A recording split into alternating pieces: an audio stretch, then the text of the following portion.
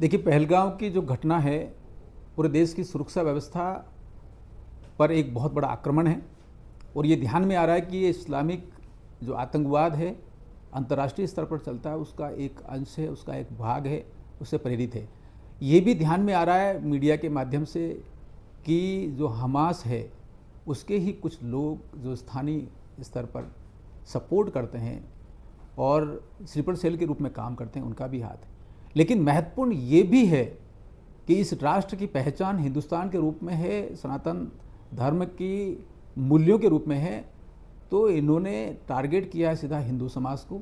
और सीधा ये कहा है कि आप कलमा पढ़िए, आपको कलमा पढ़ना आता है तो हम बचाएंगे। तो ऐसा लगता है कि ये केवल मुस्लिमों के लिए, उनको संरक्षण के लिए है, लेकिन हिंदू समाज के विरोध में है। ये इतना बड़ा आक्रमण है कि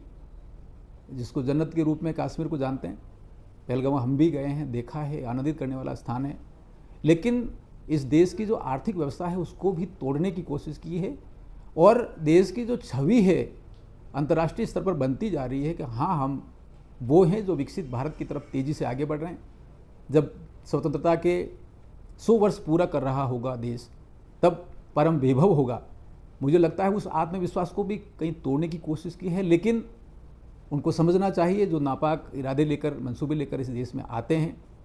और देश में करीब 100 किलोमीटर अंदर आके फिर ये उत्पात करते हैं, आतंक फैलाते हैं। मुझे लगता है ये देश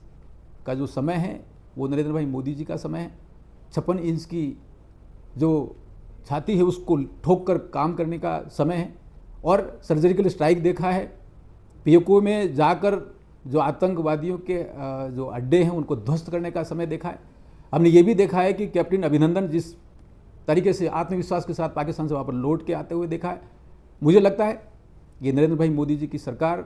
निश्चित रूप से कोई एक बड़ा कदम उठाएंगे। अभी जो 5 कदम उठाए हैं, सिंधु जल समझौते को उसको स्थगित करते हुए, पाकिस्तान के जो नागरिक हैं उनका वीज़ा है उसको रद्द कर दिया है, 48 घंटे में यहाँ से जाने को कहा है,